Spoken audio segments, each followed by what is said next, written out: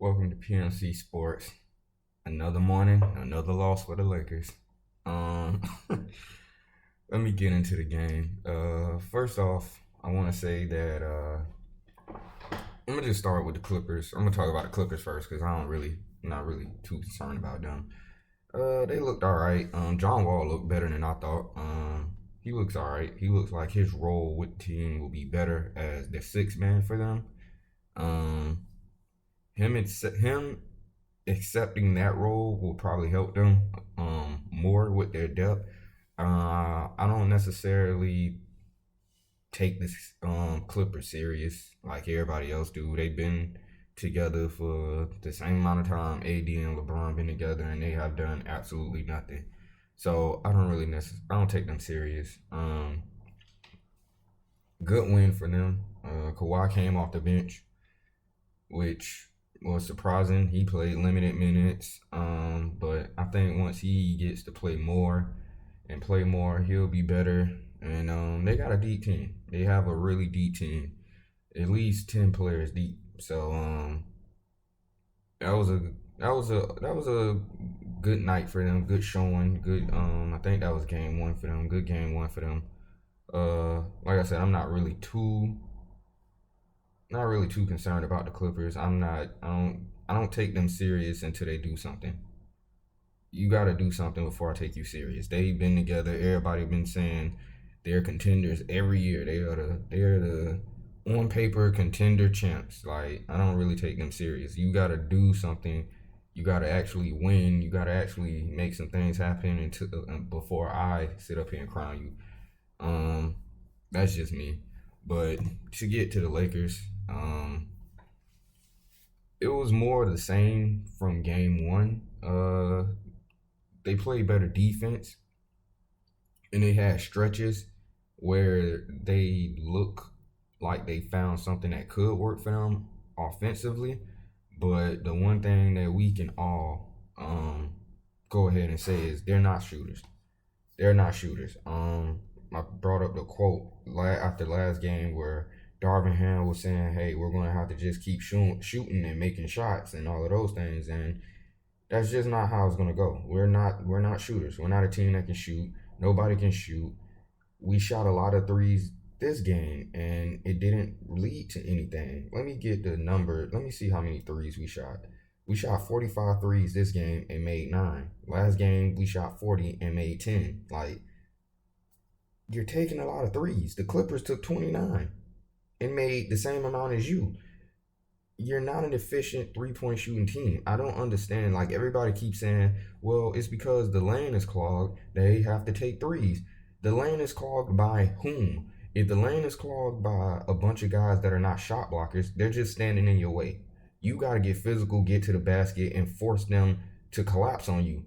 And then go up for a shot. You can't just keep shooting threes. Like, if you're gonna miss that many shots from outside, then you might as well go and take higher percentage shots. It seemed like an open three for the Lakers is a tougher shot than a contested layup. I seen Lonnie Walker make contested layups last night. LeBron made some layups last night contested. Like, a contested three is the worst shot. I mean, an uncontested three looks like the worst shot the Lakers can take because nobody has confidence in their shot. Nobody has confidence in their shot. I watched Kendrick Nunn play. He was horrible. He was horrible last night. He couldn't make nothing.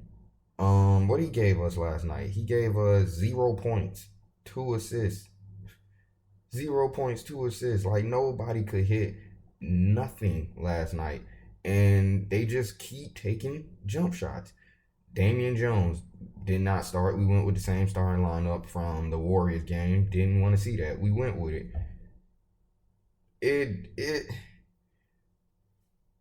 didn't kill us because Kawhi didn't start. But if you was starting that lineup against Kawhi Leonard, it might have been more problems. You can't be that small. And we played really small last night. We played really small against the Warriors. We didn't utilize anybody big. Now, they did bring in Damian Jones. He was a -9. He had 2 points, 1 for 2. He only played 7 minutes. I don't think that the coach really likes what he's seeing from Damian Jones. I don't think he really likes what he's seeing from Damian Jones. And watching Damian Jones, I can kind of understand, but I don't think that's all on Damian Jones. I don't think there's a system for him offensively to get in a rhythm or for him to know what he's doing on the court. Unless because the offensive system for the Lakers isn't anything but hey, spot up shoot. Everybody got to be spot up shooters that's on the court. Everybody got to be spot up shooters. There is no real offensive structure that I see. Like it just seemed like one person touches the ball and everybody just wait to shoot. And that to me isn't how you that's not how your offense should run. That's not how your offense should run. There should be a lot of things happening on the offensive end. And there's not really much happening on the offensive end. Everybody's a spot up shooter. Maybe that's why we're taking so many threes because we haven't figured out how to get shots at the basket, easy buckets at the basket. Nobody gets an easy shot for us right now, unless they're shooting a three. Nobody gets an easy shot. Let's look at what everybody did from the 3 point line. Anthony Davis shot the best, 2 of 4. LeBron, 2 of 8. Russell Westbrook, I'm gonna talk about Westbrook total game, but 0 for 6 from the 3 point line. Patrick Beverly, 1 for 6. Lonnie Walker, 2 for 9. Matt Ryan, he took 2, he made 1. Juan Toscano Anderson, he made 1 out of 4. That's 25%. Like 0 for 1 for Damian Jones. 0 for 1 for Reeves. 0 for 4 for Kendrick Nunn. Like I don't understand. Like none of these guys are shooters. You're not playing to their strengths. You're not playing to their strengths by making them have to be spot up shooters.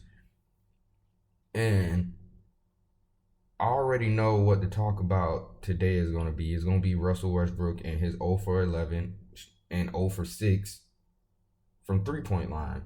He made 2 free throws and those was only 2 buckets. In his defense, he had 5 steals.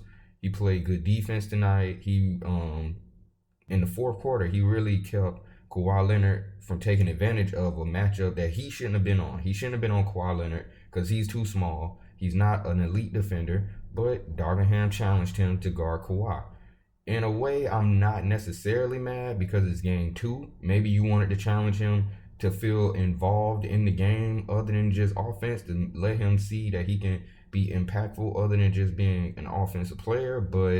And he made impact. He had 2 back-to-back steals, and then he had a drive where Kawhi tried to back him down, and he forced Kawhi to travel. So he played good defense on Kawhi in the fourth.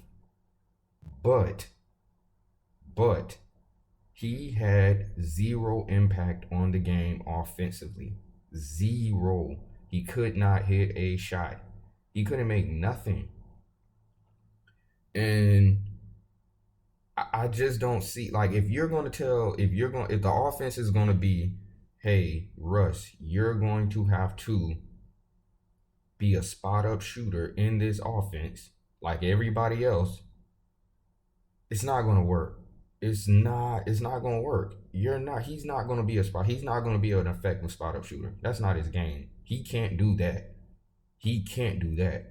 So in that case, they have to move him. For his sake and for our sake, you got to move him if that's the game that you want somebody to play in his position, to be a spot up shooter on the offensive end. He can't do that. But I'm not going to necessarily say he's the only one that can't do that. Nobody on this team can do that. Nobody. LeBron was 3 for 10 from 3-point shooting game 1. He was 2 for 8 from 3-point shooting game 2. That's not good percentages. LeBron does every other thing, but LeBron is also a way better player. And LeBron also knows how to run an offense still. But if you're going to sit up here, all right, here's another thing. Russ is going to have to accept, hey, look, if you don't want to look this embarrassing, you got to come off the bench. You got to come off the bench because you can't play with LeBron and AD because that's your role when you're playing with LeBron and AD. Spot up shooting. He can't be a spot up shooter, and he can't also have the ball in his hand when playing with LeBron and AD. So you either have to move him off the team, which that's probably plan A for in a lot of people's mind. Like just trade him, and I'm not necessarily against it, but I'm not necessarily for it because of what it would take to get rid of him. Or you got to tell him to come off the bench. I'd rather try him off the bench first. And if that fails, then I don't know. I don't know. But he can't play like you can't put this can't be the offense that you run, that he's in it and this is what he's doing. That's not gonna work. That was embarrassing to watch us go out again and take 45 3-pointers and make only 9. You made less than you did the night before when you took 40, or the first game 1 when you took 40 and made 10. Like, I just don't understand why that's their offense. It don't seem like there's no sophistication to it. There's no, like, everybody keeps saying, oh, teams are going to just pack the paint. With who? Who are you packing the paint with? Are you packing the paint with Giannis? Are you packing the paint with Embiid? Are you packing the paint with Bam? Are you packing it with a shot blocker? Are you packing it with Robert Covington as your biggest guy on the court? Like, then maybe we should attack you if that's what you're doing. If Robert Covington is out there as your biggest guy on the court. Like, I don't really care about the whole packing the paint thing because an uncontested 3 has been the worst shot we've taken.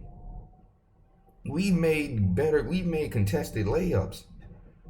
I'd rather them go take contested layups over an uncontested 3. That might sound bad, but that is the reality of it. Like, turn 10 of these 3-pointers until forced 2s. You probably have a better game. You probably win this game. You might win this game here. But you can't win this game playing the way you're playing. Like, you're going to have to, and they did, I will give them credit. They kept the game low. 103 points they surrendered to the Clippers, but you only scored 95 because you had too many wasted possessions. Those 45 3-pointers, almost all of those were wasted possessions. You had way too many wasted possessions where you ain't get nothing at the rim.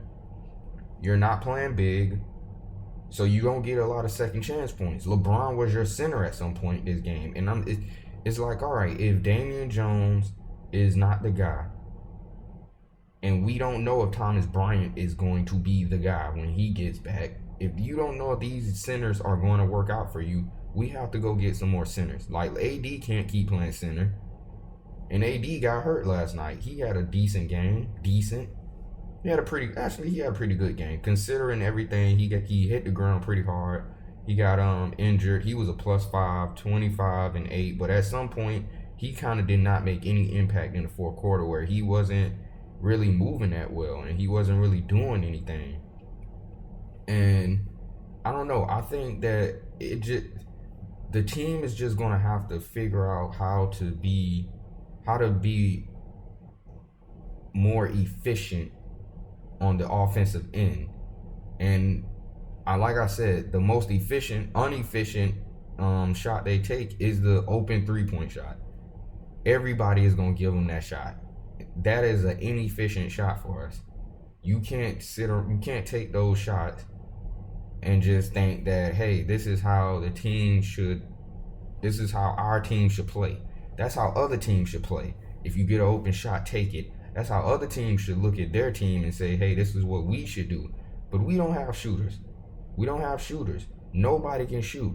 The talk is going to be about Westbrook 0 of 11 and 0 for 6 from the 3-point line, 0 11 from the field. Horrible game offensively. Probably one of the worst games offensively, maybe the worst game offensively he's ever played. And then I'm not the national media. I'm not looking necessarily to talk about the obvious here. I'm looking to talk about the whole team, and nobody on the team can shoot.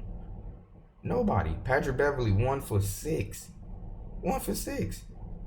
Like, I give Lonnie Walker this. 26 points from Lonnie Walker, 6 of 6 from free throw line. His 9 buckets, 7 of those came from inside the paint. He would have had 14 with or without shooting a 3. Westbrook yesterday, the game against the Warriors, he made 1 3, but he would have had at least 16 points without making a 3.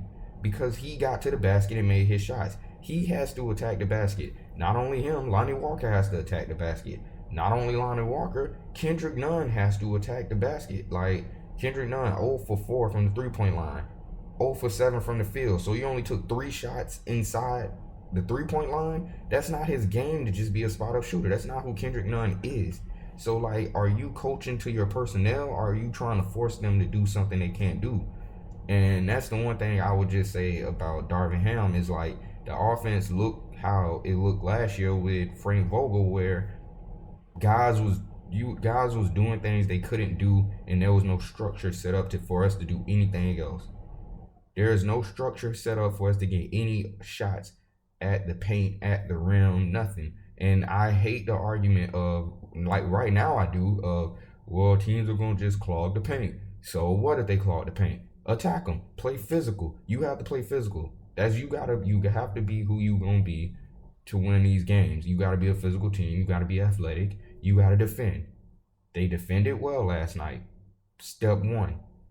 They had moments where they was getting out in the fast break and scoring. That was a good step too. But you have to be more physical, and you have to be more assertive at attacking the paint. They took 94. Well, let me see. Let me see. 1 second. They took 94 shots. Out of them 94 shots, 45 of them, I think, was 3-pointers. Like, I mean, you didn't make any 3-pointers. You didn't make any 3-pointers. Like, 49 shots other than the threes came from inside the 3-point line. And I don't think that's how they're going to win. If you take 94 shots, 70 of them, to me, has to be at the paint. And I don't care whether you make or miss them. I don't care who's in the paint. Make them play physical. Because here's the thing. Teams are not going to play physical all season long against you. Teams are not going to play physical all game long against you. A lot of these teams ain't big enough or physical enough to do that all game when you have Westbrook, LeBron, AD, Lonnie Walker, Kendrick Nunn. A lot of these teams are not going to be willing to be physical all game long against them guys, attacking them. I do not care if they're clogging the paint. You guys are going to have to work on a few things. Everybody needs to work on a mid-range jumper. You got to find spots on the court that you like from the mid-range and just shoot. Practice that. That's the first step for everybody. Practice your mid-range jumper. Find a spot, hit mid-range jumpers. That will save you from getting offensive fouls when, trying to get better looking shots. Everybody has to be willing to get physical and get beat up down low to get layups, because you're going to have to draw fouls. You're going to have to slow the game down. You're going to have to allow yourself a chance in these games to not look embarrassing. If you take 70 shots inside the 3-point line and you take 24 shots at the 3-point line, the game looks a little different. It don't look as bad, but when you 9 of 45 from the 3-point line, it looks like you were forcing something you can't do. And then when you go to game 1 and see you was 10 for 40, it's like, oh, you guys are forcing threes and you can't shoot. That was pretty much my analysis of the Lakers game. We'll see how they look. I'll probably come back on say Saturday, Sunday, one of those Saturday, Sunday, and I'll talk about their game coming up on Sunday, and also I will review my games of the week. And yeah, see you guys later.